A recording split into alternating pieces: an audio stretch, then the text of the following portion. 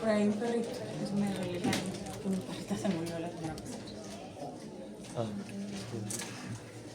Entonces,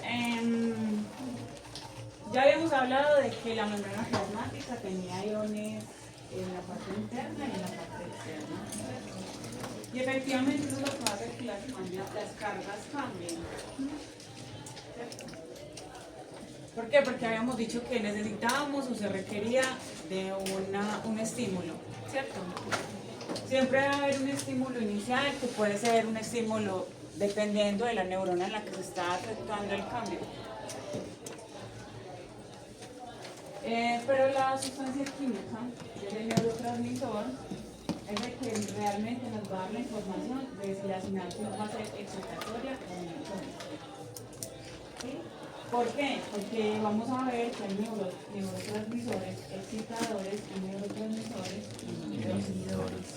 ¿Cuál es el principal inhibidor? Porque ya habíamos dicho que el cerebro requiere un balance, ¿sí?, entre la excitación y la inhibición para poder funcionar. Porque cuando las sustancias químicas tienen un desbalance y es donde se empiezan a presentar comportamientos que no queremos tener. Entonces a mí me dicen, profe, pero el cloro ¿para qué sirve? ¿Sí? ¿Alguien sabe el cloro en la sinapsis para qué sirve?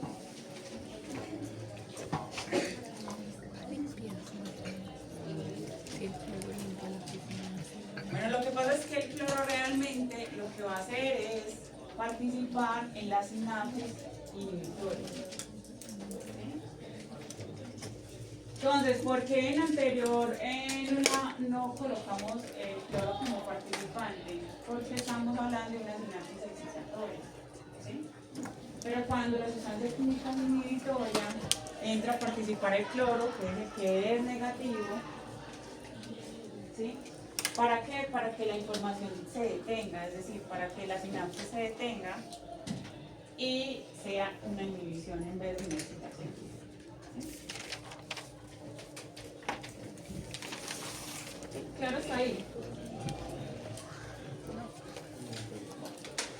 Entonces, hay otro ion que no hemos mencionado, pero sí lo habíamos listado, que es el ion de calcio.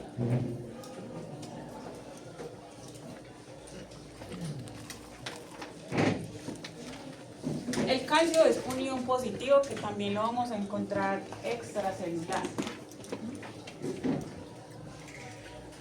¿Para qué me sirve el ion de calcio? ¿Alguien sabe? Yo alguna vez mencioné para qué servía. Pero si no me paró, básicamente nos va a ayudar para liberar el neurotransmisor. ¿Sí? Entonces uno dice, profe, pero la neurona solo venía por neurotransmisor. Lo que pasa es que es un mensaje que se va pasando de neurona a neurona. Sí, es una cadena, es como un chisme, es una cadena. Entonces cada neurona tiene que segregar también para volver a pasar la información su propio neurotransmisor. ¿Sí? Entonces, ¿se acuerdan donde dijimos que estaban los neurotransmisores almacenados cuando pintamos la neurona? No. ¿Dónde se encuentran los neurotransmisores almacenados? En las colitas, ¿cómo se llaman las colitas? El cloro. Los botones, los terminales, como se ve claro. Entonces, el calcio normalmente lo vamos a encontrar por fuera y de la neurona. Y en el botón sináptico, bueno, entonces el profesor que entonces ya dijimos que están los botoncitos finales de una neurona, ¿cierto? Supongamos que eso es como ampliando la información, ¿cierto? Estamos ampliando la imagen, ¿sí?, de un botoncito de esos. Entonces el botoncito en su interior tiene unas vesículas con sustancias químicas de todo tipo, ¿sí? Obviamente muchos de ellos no salen organizados del todo, se requieren diferentes cosas. Por ejemplo, en la acetilcolina se requiere la acetato y la colina, esto es el acetil y la colina. ¿Sí? ¿Qué pasa entonces cuando el calcio, qué pasa con el calcio? Entonces, acá tenemos nuestra linda neurona, pues de más que a usted le queda más bonita que a mí. ¿Cierto? Y ya todo el impulso eléctrico hizo, ¿cierto? Su proceso, ya hizo potencial de reposo, acción, refracción y reposo, o sea, ya hizo todo. Y llegó hasta acá, ¿cierto? Cuando el estímulo eléctrico, la corriente eléctrica que está pasando, llega al botón, el botón abre unos canales, ¿sí? ¿Y para qué se abren esos canales? Para que el calcio que está por fuera pueda entrar a la neurona, ¿sí? Al botoncito como tal. ¿Para qué? No, para que la despolaricemos, no. Para que el calcio se una al neurotransmisor y la vesicle del neurotransmisor caiga. ¿Sí? ¿Me puedo volver a repetir? Sí, claro. Espérate, me quito. Es que afuera está haciendo mucho frío, pero aquí ya se... Entonces, básicamente, el calcio está por fuera, no lo estamos tocando todavía, ¿cierto? Venimos trabajando con sodio, ¿cierto? Y digamos que la energía se está propagando, está haciendo todo su camino normal. Cuando la energía llega a este último punto, exacto, esos botoncitos que hay al final se abren y ese calcio empieza a ingresar a ese botón y se va a pegar al neurotransmisor que se está solicitando, es decir, dependiendo pues de la sinapsis inhibitoria o excitatoria, el neurotransmisor que va a ser llamado, porque ya venía con la otra sinapsis, ¿cierto? Va a caer. ¿Por qué? Porque el calcio se va a adherir a esas vesículas del neurotransmisor, ¿sí? Y lo que va a hacer es que las va a tumbar y ellas van a caer en un espacio que hay entre las neuronas que se llama espacio sináptico o hendidura sináptica. Las neuronas no se pegan entre ellas, es decir, ellas no están así, pegadas las unas de las otras. Ellas tienen un espacio de respeto y de proximidad, es decir, ellas se dejan un espacio entre ellas. ¿Sí? Es que Oiga, el calcio es sensible como las vesículas que como llamado por... normalmente estas son, digamos que, sinapsis convencionales, ¿sí? Es decir, entre axón y dendrita, ¿sí?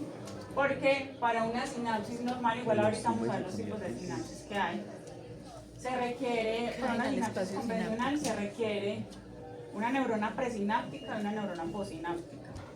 Normalmente la presináptica es una dendrita y la postsináptica, perdón, al contrario, la presináptica es un axón y la postsináptica es una dendrita.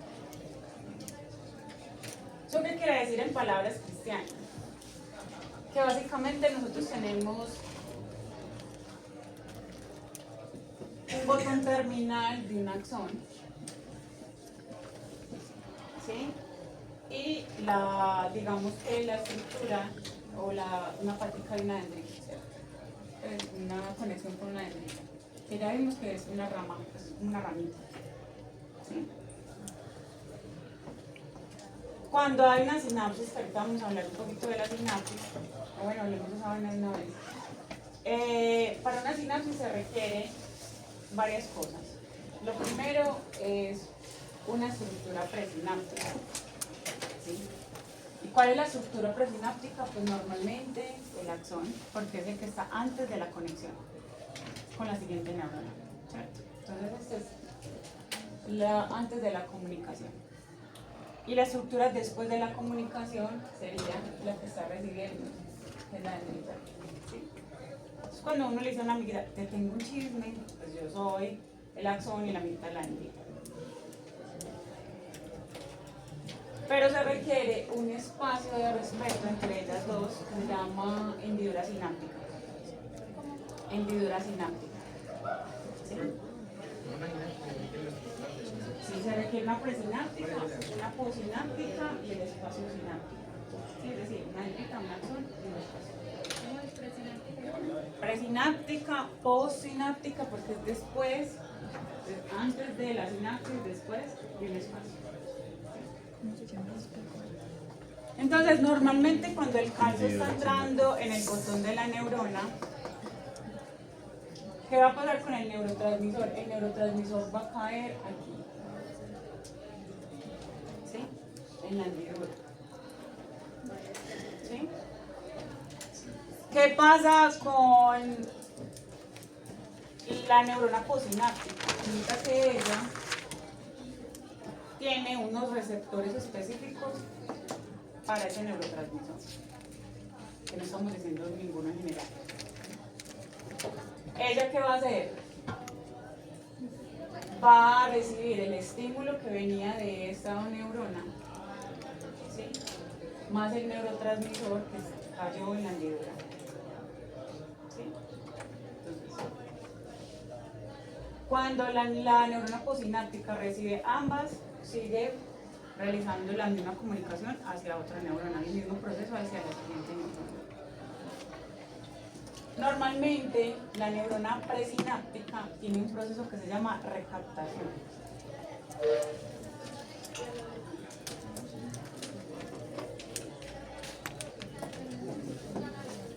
Entonces vamos a poner un ejemplo. Supongamos que yo, no sé, me fui, pues, estaba con unos amigos y nos dio por, no sé, por lo más suave que es una marihuana,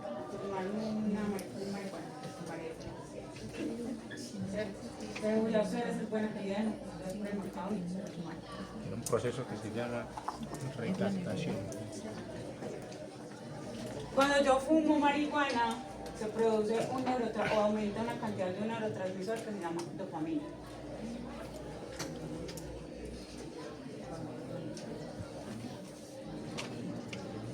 La dopamina es uno de los principales inhibidores del sistema nervioso central, es decir, no es excitador, es inhibidor. Una de las funciones que tiene ese neurotransmisor, que igual más adelante lo vamos a ver, es que genera placer, alegría, ¿sí? Relajación. Entonces, claro, pues no todas las personas lo van a experimentar así, pero muchas de la mayoría de esas son las funciones que tiene en general el neurotransmisor. Pero hay un problema, que en estado normal la dopamina se produce en poquitas cantidades o en la cantidad suficiente y ya, ¿sí? Cuando usted lo que hace es que fuma marihuana,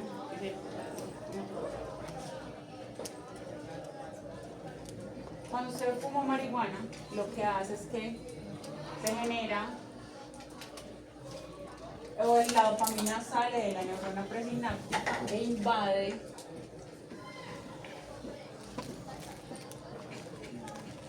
en grandes cantidades el espacio sináptico o la hendidura sináptica. ¿Sí? La neurona posináptica empieza a generar o a captar la información, ¿sí? La empieza a jalar, pero no es capaz con todo el neurotransmisor que está en la hendidura. Tiene un límite, ¿cierto? Digamos, en funcionamiento normal, la neurona tiene el proceso que yo les dije que se llama recaptación. ¿Cuál es la recaptación? Que esta neurona debe ser capaz de jalar o de reutilizar el neurotransmisor que quedó en la hendidura, es decir, que vuelve y lo recoge y lo guarda. ¿Sí? Pero el carabinoide lo impide. Entonces bloquea la neurona presináptica. ¿Sí? Entonces, ¿qué hace? Usted se tiene que aguantar hasta que le pase solito, hasta que esta sustancia que quedó aquí desaparezca. ¿Pero qué es lo que lo bloquea? Lo que lo bloquea es la sustancia que viene en la marihuana, o sea, el carabinoide que tiene la marihuana. Va a bloquear los receptores. ¿Sí? Como esto no es normal, a la larga daña las neuronas. ¿Sí? Las mata, porque es una actividad que no es normal. Lo normal tendría que ser que la dopamina bajó a la hendidura, ¿sí? Y lo que no sirvió se volvió a guardar. Pues lo que no se utilizó, digamos que se recicló y se volvió a guardar en la neurona presináptica para una futura sináptica, digamos. la pregunta que hice en la parte de dopamina, me ha parecido que solía ser un inhibidor, pero posiblemente se excitaba en otras partes del cerebro. Sí, lo que pasa es que su función principal es la que se llama la inhibición, pero tiene algunos circuitos de los cambios de la base donde participa.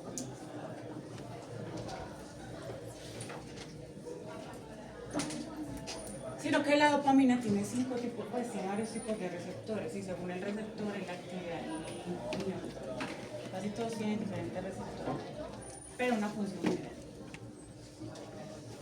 Entonces, queda claro, esto es lo normal que suceda es que se entra el calcio, se libera el neurotransmisor, ingresa a la neurona posináptica, igual que el estímulo eléctrico, y el neurotransmisor que queda en la hendidura se recoge, se recicla y se guarda. ¿Sí? Pero cuando usted abusa de alguna sustancia, pasa lo que están viendo ahí.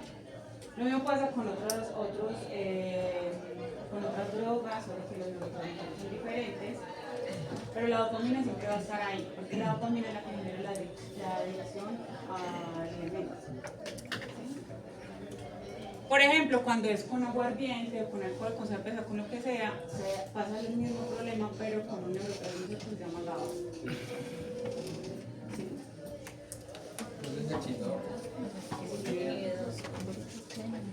Porque es el que inhibe la función del glutamato. ¿Sí? Entonces van a aparecer, hay algunos que son más fuertes y que no solamente alteran procesos de dopamina, sino también de varios, de adrenalina, cogen de la acetilcolina, cogen de neurotransmisores también.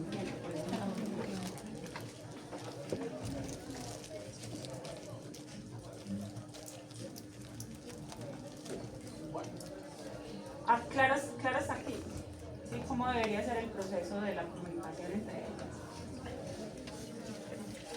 Entonces, en resumen, ¿qué se necesita para que dos neuronas se comuniquen? Una neurona presináptica, una neurona posináptica, un espacio, una hendidura, un neurotransmisor y un potenciador.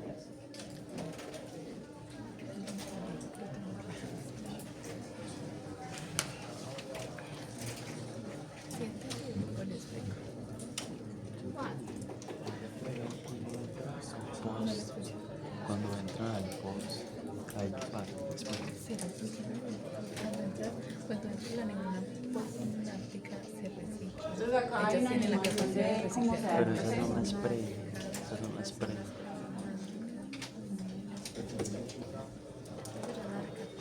¿Qué me explica?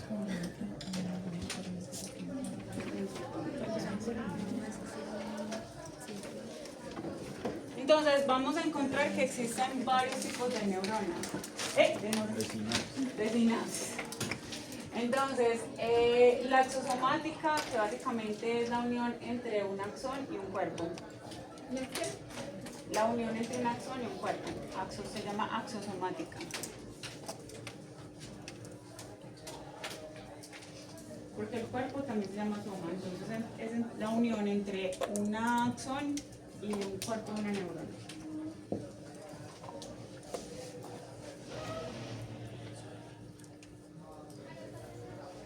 Tenemos la axodendrítica, que es la sinapsis ocurrida entre un axón y una dendrita. ¿Sí? Tenemos la axoaxónica, que normalmente es entre un axón y otro axón. La dendrodendrítica, que es entre dendrita y dendrita. Es como cachete con cachete. Y la dendrosomática, que sería una dendrita y un cuerpo. Es decir, que ellas se pueden unir por cualquier lado. No solamente por dendrita de axón, que es lo común. Sí, claro, no vamos a pasar, vamos a parar aquí a revisar qué están diciendo del programa.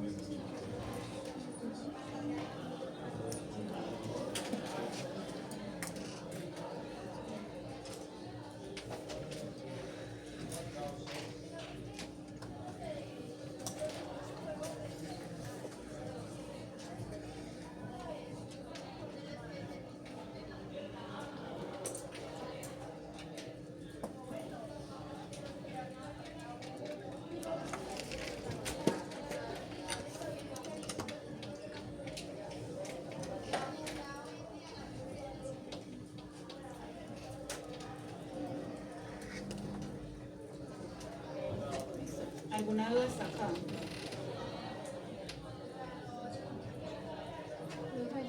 Dígame. Lo del proceso, la neurona presináptica, usted dijo que necesita una neurona postsináptica, la hendidura, el neurotransmisor, el potencial. ¿Qué era lo otro? El potencial de acción, pues el estímulo eléctrico.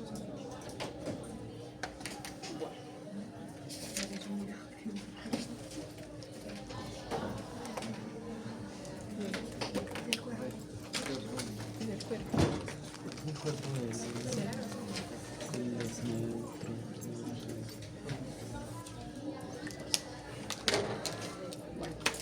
Entonces, antes de que pasemos a hablar de las sustancias químicas, vamos a hablar de la glía. Que si no, siempre se me olvida.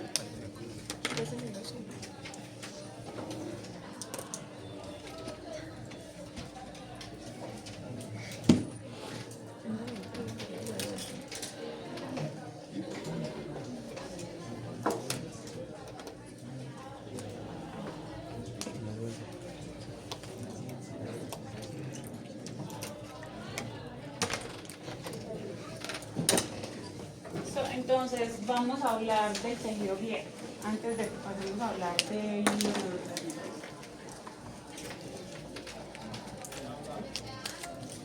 Entonces, ya habíamos hablado de que la glía son otro tipo de tejidos que hay en el sistema nervioso.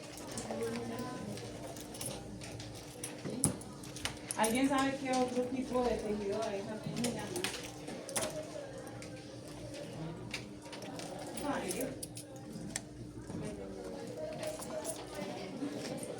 ¿Qué más?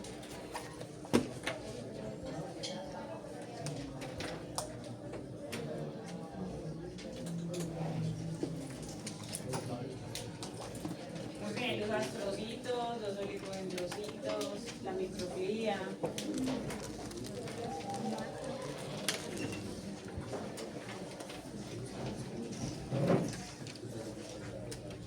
Entonces, básicamente la neuroglía o la glía son, pues tradicionalmente se les consideraban células de soporte y nutrición para las neuronas. Actualmente se cree que hacen más cosas, que participan o ayudan en la transmisión del impulso eléctrico, a pesar de que no son eléctricas. También producen factores de crecimiento para la supervivencia del tejido neuronal, ayudan a la reparación de las lesiones del sistema nervioso, proliferan, porque ya habíamos hablado en la clase pasada que las neuronas no se reproducían, pero el tejido glial sí. Entonces, si alguna vez has escuchado que hay tumores que se llaman glioblastoma, son tumores de tejido glial. Sí. De hecho, uno hasta puede tener tumores de líquido cefalorraquídeo. Entonces, representan el 90% del contenido del sistema nervioso. Es demasiado.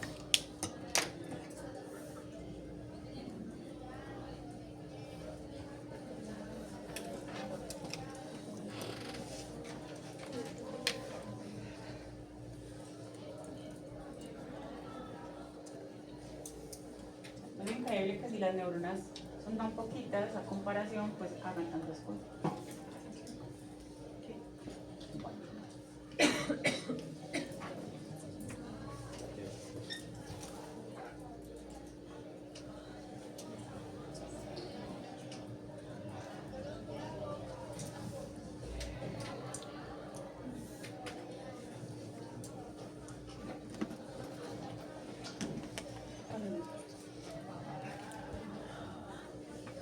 Entonces, acá podemos ver que la glía es un poquito más pequeña que las neuronas, ¿sí?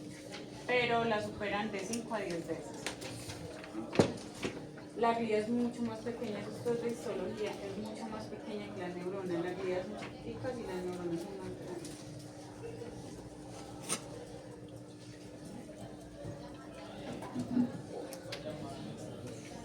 Entonces, de acuerdo al tamaño, la glía la podemos clasificar en micro y en macro. ¿Sí?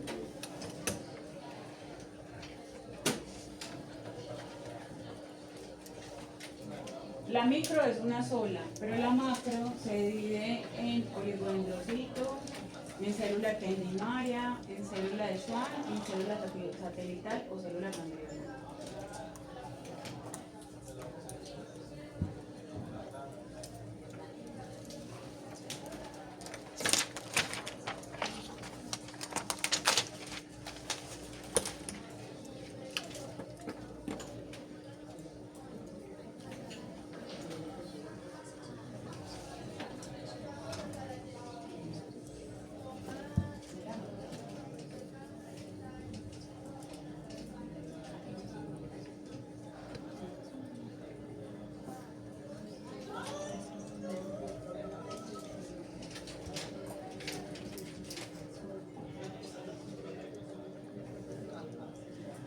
Normalmente después de los accidentes depende del trauma, pero tiene un montón de escalas. Es la práctica. Pero no creo que ya las operaciones de conciencia van y vienen, si están en coma total, en coma inducido, van a despertar y no.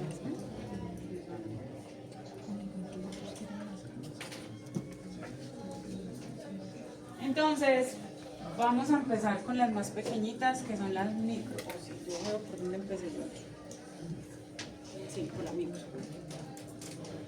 Entonces, la micro se asemeja a los macrófagos del tejido conjuntivo y hacen parte del sistema de defensa o inmunitario del sistema nervioso. Estas células normalmente en su actividad lo que hacen es que cuando hay lesiones del sistema nervioso, cuando hay patologías como el VIH, el Alzheimer, la esclerosis múltiple o el Parkinson, aumentan en cantidad, migran hacia la zona donde está la lesión e intentan ayudar, pero muchas veces no ayudan, hacen más daño. Y por eso, cuando hay enfermedades autoinmunes, como la esclerosis múltiple, la que daña el sistema nervioso es la microbiota.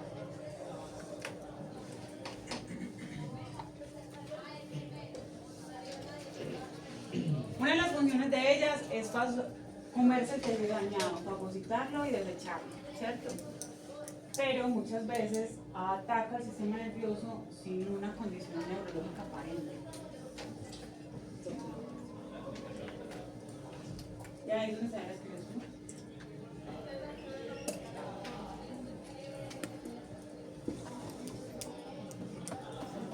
Normalmente hay algo que se llama glía reactiva. ¿Qué significa eso? Cuando nosotros tenemos una lesión del sistema nervioso, si usted se le atravesó el árbol y se accidentó, ¿cierto? Y tuvo un trauma craneoencefálico y hay una hemorragia, la glía va a tratar de, o va a empezar a proliferar, forman un ejército y migran hacia donde está la hemorragia, ¿sí? Pero muchas veces esa glía reactiva que sigue creciendo y sigue funcionando, en vez de ayudarme a disminuir el problema, lo que va a hacer es que va a evitar que las neuronas que medio quedaron vivas sobrevivan, ¿sí? Sino que al contrario, les va a generar más daño. Entonces, eso es uno de los problemas que tiene el sistema nervioso frente a eso, ¿sí?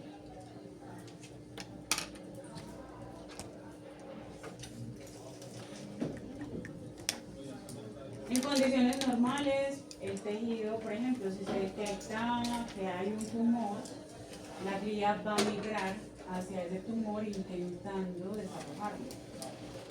¿Sí? Pero a veces es casi imposible, por eso nos tienen que operar, sacarlo, hacer otro tipo de intervenciones, porque en realidad ella no es capaz de hacerlo. Pero, por ejemplo, si entran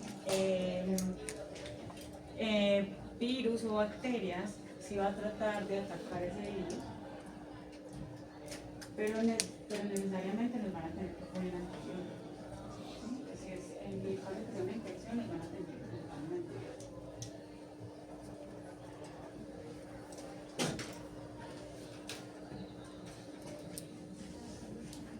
Entonces, muchas veces en los exámenes que se hacen de líquido cefalorraquídeo aparece mucho tejido viejo. claro, pues al lidiar cantidad porque hay una infección.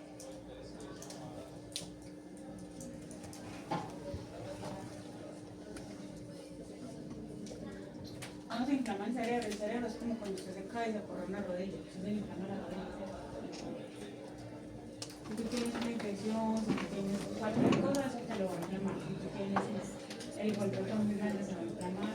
Una reacción normal por ser tejido vivo.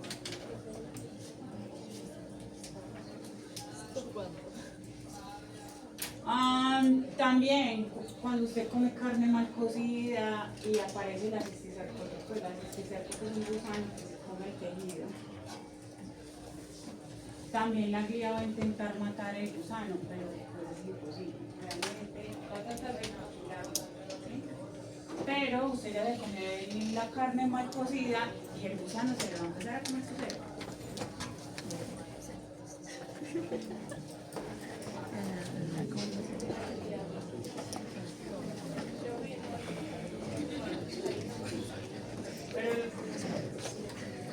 Pues es que hay dos cuentos, pero más, pues digamos que el que se lo come así deja huequitos aquí es el que está en la carne del cerdo. Pero en las carnes mal cocidas, por eso usted debe pedir la carne recién asada. No sabe qué parásitos tiene la carne como tal. Y puede ser el mejor restaurante porque no sabe la procedencia de esa carne.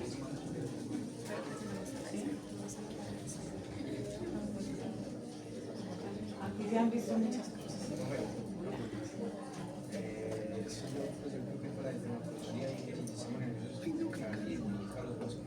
Deme unas papitas mejor. Las vas a probar. Si no me gusta, no las vas.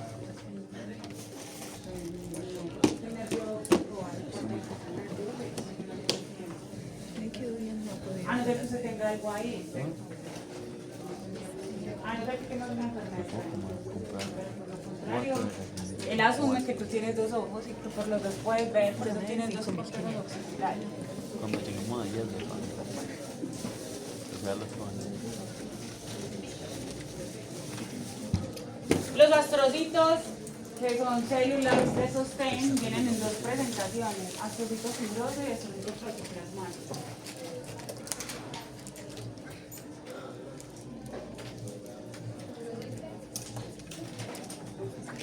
Buenos días, amiguito, ¿cómo estás? Sí, claro. Tiene otro.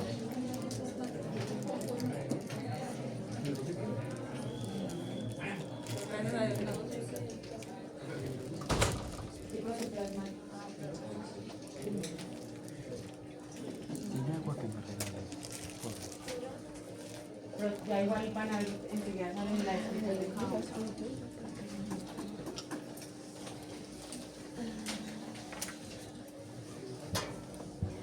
Entonces, básicamente los astrocitos tienen como forma de estrella, miren, son muy diferentes a las formas de las neuronas, ¿cierto?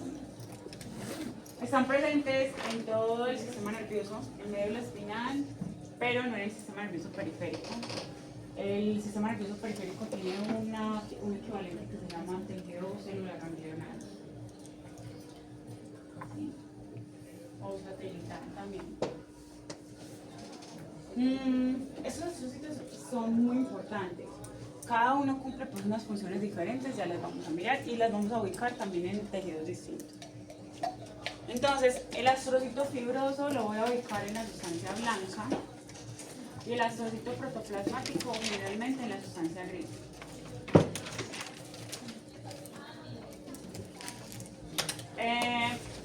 De manera física, pues el astrocito fibroso es más largo y el astrocito protoplasmático se ve como con más ramificaciones. Entonces es más bonito, es más chiquito y se parece más a una neurona.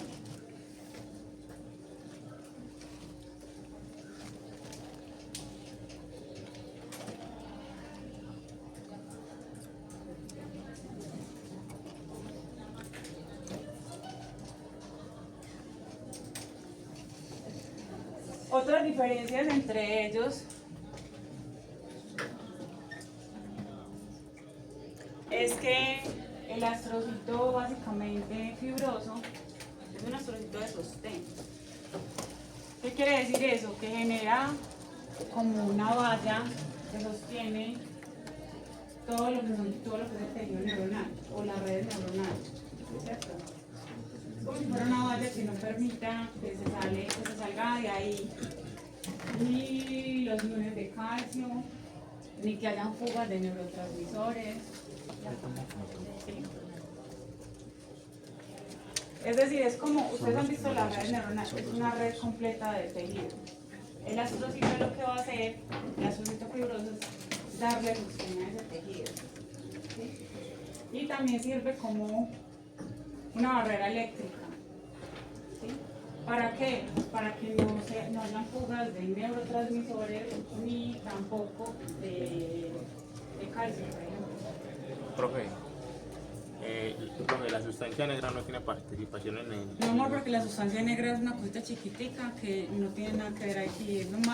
Por allá lo veremos más adelante. Por ahora no es como, es una cosa muy, no sé. Eso es como solamente está en 2 puntos del cerebro, es algo muy puntual. ¿Sí? Participa así como en los neurotransmisores.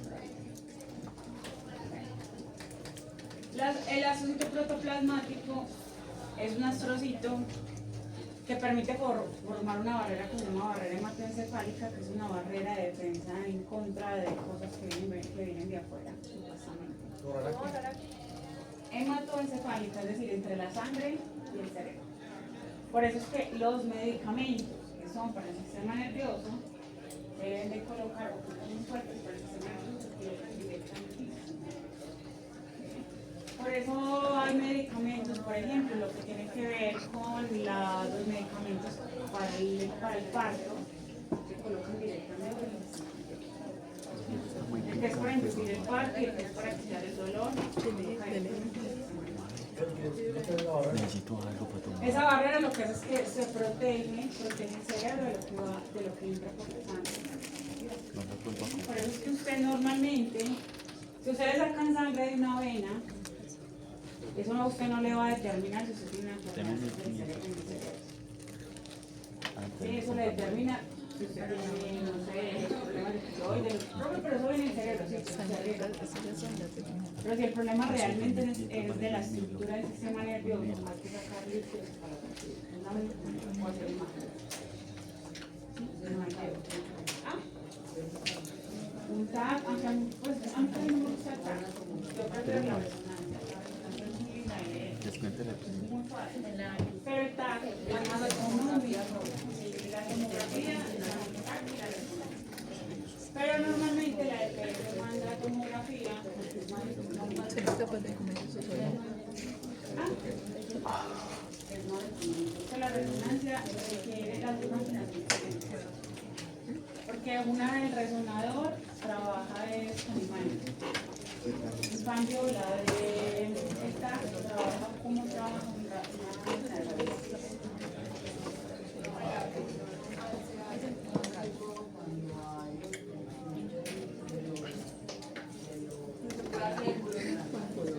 sino que se hace cuando hay problemas de líquido, cuando hay hemorragias, cuando hay infecciones, bacterias y todo eso. Sí, pero también cuando hay hemorragias, cuando se sospecha que hay una infección, un virus, se está atacando, es la única manera, ¿no? Porque el aneurisma es muy fácil de determinar si te hacen una resonancia o un TAC con una angiografía. De una angiografía se va a ver dónde está el aneurisma. Es muy fácil de ver. Realmente no se ve, o sea, se va a ver inflamado. Si es de cerebro, se va a ver inflamado. Si no, se va a ver más cerrado el espacio. Eso realmente, una resonancia con una infección no me sirve. Debe sacar el líquido. El líquido me va a mostrar qué tipo de infección. Porque el líquido va a ser como el chichi. Porque me dicen, yo nunca voy nada frío. Pero realmente, cuando se tiene una infección de la vejiga, el chichi cambia. ¿Cierto? Se ve turbio, se ve amarillo, se ve, huele, tiene un olor súper fuerte. Y lo mismo va a pasar con el líquido. El líquido viene de la sangre. Por eso nunca nos falta líquidos para que luego vamos a ver cómo se produce. Pero también se va a ver afectado. La bacteria o la infección le va a cambiar igual que al chichi, el olor, la presentación, todo. ¿Cuánto le doy? De medios. Porque es que no soy capaz con... El líquido es transparente, porque el líquido de color ácido es producto de la sangre. Tiene los mismos componentes de la sangre. Pero no huele a sangre, ni sabe a sangre, ni se parece a la sangre. Porque cuando pasa, pues yo es que no he hecho. Pero lo que pasa es que la barrera lo que hace es, o sea, yo literalmente nunca lo he probado, pero tiene las funciones, es decir, tiene los mismos elementos que tiene la sangre. Trae glucosa, o sea, debes saber como el cuerpo, que trae glucosa y sales. ¿Sí? Pero hay un proceso que el líquido hace donde se le quitan todos los elementos que le dan color. ¿Quién le da color a la sangre?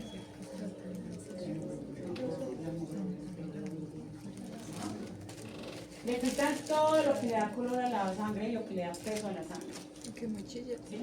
Entonces, cuando sale de ese proceso, sale transparente. Pero ya tiene que el líquido regresa nuevamente al torrente sanguíneo. Sí, es decir, es un proceso que hace la sangre cuando la sangre llega, porque eso es un proceso que va con la circulación, que llega al cerebro, el cerebro hace el proceso de sacarle, pues hay unas estructuras que hacen todo el proceso de limpieza y de quitarle ciertas cosas, y se tiene que devolver a la sangre. O sea que literalmente es como sangre que se convierte en él y vuelve a ser sangre. Sí. Y no deja de ser, de todas maneras, compatible con la sangre. Por eso mientras el ser humano tenga sangre, siempre va a tener líquido. Y así usted tenga fuga de cráneo y se le esté saliendo el líquido por la nariz, cuando usted sigue teniendo sangre, se va a seguir formando líquido y usted va a seguir teniendo líquido.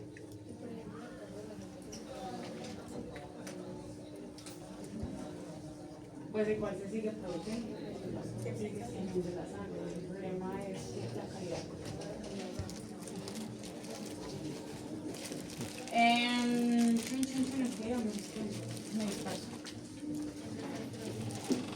Bueno, entonces algo que tiene de lindo y tierno el astrocito es que el astrocito reemplaza la neurona muerta, pero no el fibroso, sino el protoplasmático. ¿Cómo así? Una neurona se murió porque usted la mató. El astrocito, pero ponga cuidado, el astrocito va a ir a reemplazar la neurona que se murió, pero no en función, sino en localización. ¿En qué O sea, no va a ir, o sea, es decir, se murió la neurona y yo soy astrocito, yo me paro aquí porque tú te moriste y yo lleno el espacio. Pero como ella no tiene las funciones de una neurona, no va a ser la misma función. Entonces eso es lo que se llama tejido cicatrizante. ¿Sí? Entonces, ¿qué van a hacer las neuronitas que quedaron separadas porque la mitad de la mitad se murió? Tratar de formar conexiones alrededor del astrocito para volverse a conectar. Por eso se demoran tanto, porque tienen que hacer un camino que no tiene.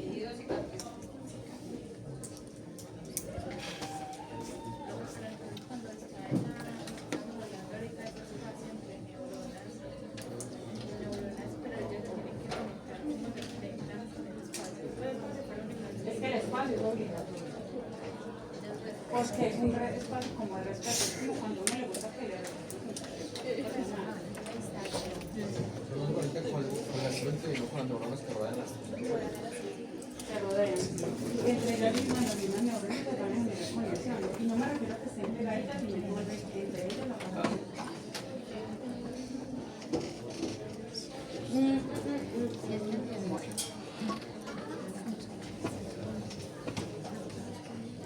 Claro, las funciones de los astrocitos.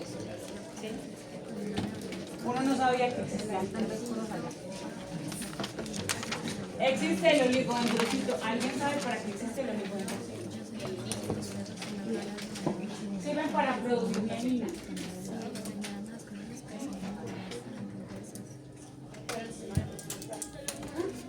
En el central. En el periférico sería la célula de Schwann.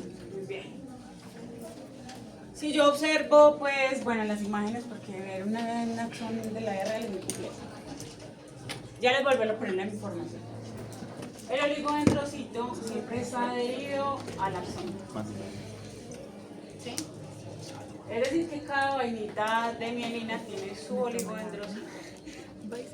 ¿Sí? Entonces, volvemos a la esclerosis múltiple. Vimos que la esclerosis múltiple era una enfermedad inmune. Que el axón era atacado por la microglía, ¿cierto? Y la microglía lo que va a hacer es que va a matar el oligodendrocito y va a alterar las capas de mielina. Pero el oligodendrocito vuelve a nacer, porque vimos que la glía tenía esa posibilidad. Entonces vuelve y remieliniza el axón. ¿Sí? Porque eso tiene, la característica de la enfermedad es que la tiene momentos en que la persona está muy bien y momentos en que la persona está muy mal. Tiene recaídas, es por eso. Porque cuando vuelven y se mieliniza todo, la persona vuelve a estar bien. Pero cuando la enfermedad vuelve a atacar, vuelve a dañar todo.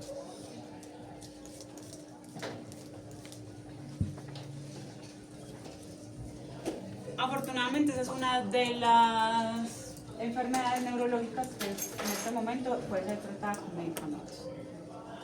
¿Y esos medicamentos qué? Ayudan a controlar la parte autoinmune, es decir, a que no se ataque el sistema nervioso y no le dañe la mielina.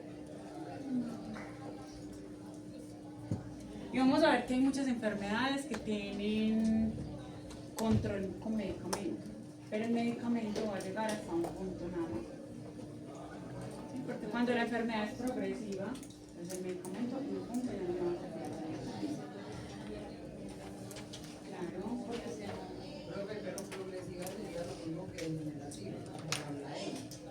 pero la de la sí no tiene nada para que sí les mandan unos medicamentos, pero esa vaina sí. Por ejemplo, el Parkinson tiene medicamentos. Por eso sí, pero son dos cosas distintas. Por eso ¿cómo es que se llama? El Parkinson se puede controlar con ciertos medicamentos. Porque ya van a haber dosis que son imposibles de darle a una persona. Entonces muchos me dicen, profe, pero si el Parkinson da por alteraciones de la dopamina y la marihuana produce dopamina, entonces ¿por qué no la tratamos con marihuana? Sí, en los inicios se le puede dar marihuana al paciente. Pero cuando el paciente ya esté en etapa terminal, se le va a dar un poco de marihuana.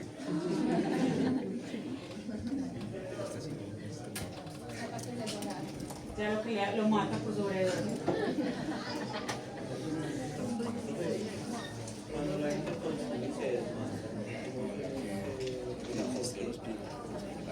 Porque realmente el altero los está reproduciendo. Entonces, como se altera el cromopirente, se cae como. La microglía es la que hace que se generen los ligandos. No, la microglía es la que daña el oligodendrocito. La microglía es la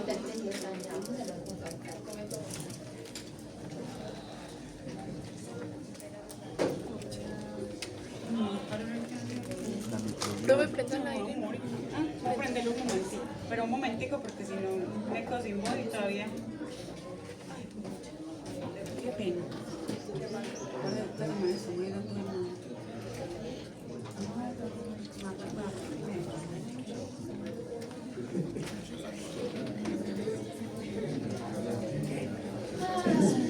Esta semana todo el mundo. Sí, ahorita cuando me pase.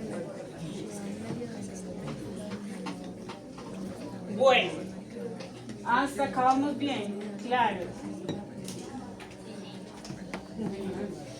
Yo estoy entrando en la clase. Profe, Alejandra. Señora, no. Yo sé que soy una señora, pero cuando el taxista me dice señora, yo lo quiero más. Sí. Entonces, yo sé que me dijo no, señora, pero no me diga señora. Alejandra. ¿Cómo usted me entiende? No, niña tampoco, porque niña ya no soy. Pero profe. Sí, porque es que ya uno empieza a entrar en la crisis de que ya soy una, de que ya estoy ahí como que ni niña ni niño. Los niños chiquitos le dicen a una señora, los viejitos le dicen a una niña. ¿Qué soy? Bueno. Entonces tenemos las células ependimarias, ¿listo? Las células ependimarias básicamente son células que están en las cavidades. Dicen, profe, es que el cerebro tiene cavidades. Yo se le dije que el cerebro tenía ventrículos. Y los ventrículos son cavidades, son huecos. ¿Listo? Entonces, ¿cuál es la célula que está en los ventrículos? La célula ependimarias. ¿Y qué hace? Buena pregunta. No, la célula ependimaria lo que va a hacer es que uno me va a ayudar a producir líquidos cefalorraquídeos, porque el líquido está fluyendo por el ventrículo. Dos, me va a ayudar a movilizar el líquido, porque el tejido ependimario es ciliado, es decir, tiene pelitos. Tiene pelitos, es ciliado. Entonces, el líquido no se puede quedar almacenado en el ventrículo. ¿Qué hace el tejido? Lo mueve, lo arrastra. ¿Sí? Santo. Señor.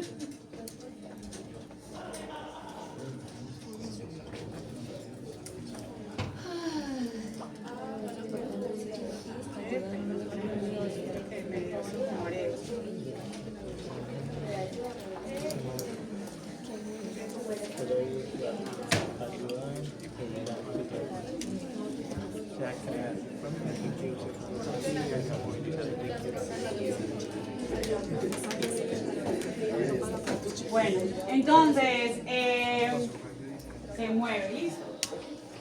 Una de las ventajas y lo bonito que tiene ese tejido, que no es tan grave como los otros que generan daños y problemas, es que efectivamente sí produce líquido.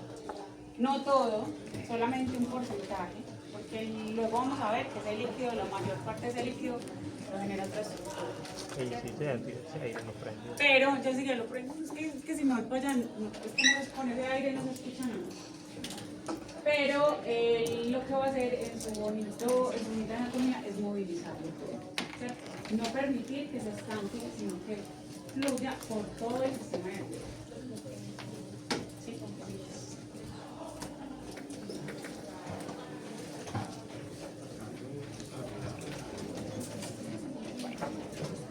Vamos a mirar la célula satelital. Qué pena que yo miro lo que va a pasar.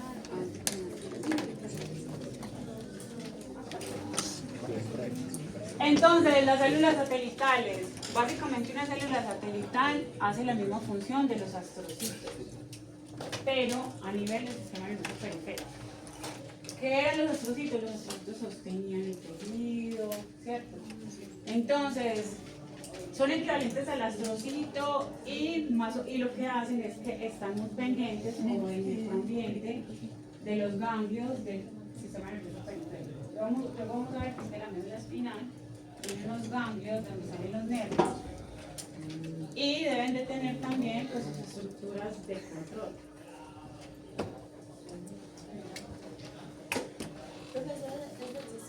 Periférico. Claro, la célula satelital es la equivalente al astrocito, pero en el sistema nervioso periférico. Entonces va a hacer funciones parecidas, sostener el tejido, ayudar al medio ambiente, es decir, que todo funcione como de una buena manera. Bueno, igual yo eso se los voy a dejar en Mariacano virtual para que lo repasen.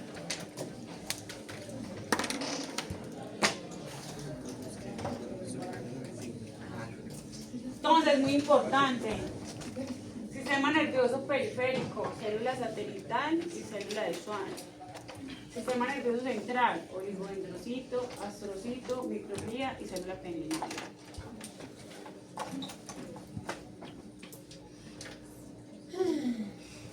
¿Qué fue ese suspiro? Vamos a aprender esto de numeritos. Dámosle 2 minuticos para que se enfríen. Mientras tanto yo averiguo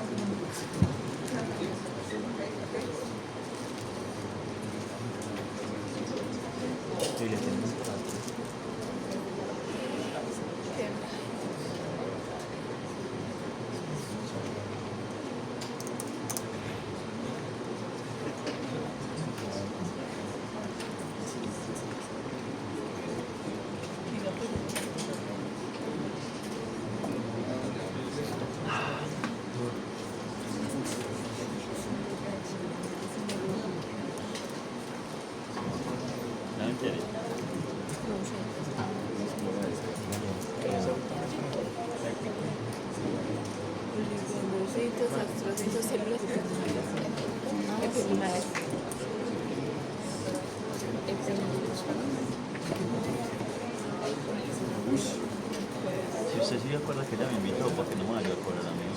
¿Qué? Un chavo. ¿Qué lo relleno? Ah, ese no se lo cobré, se lo cobré. Sí lo cobré.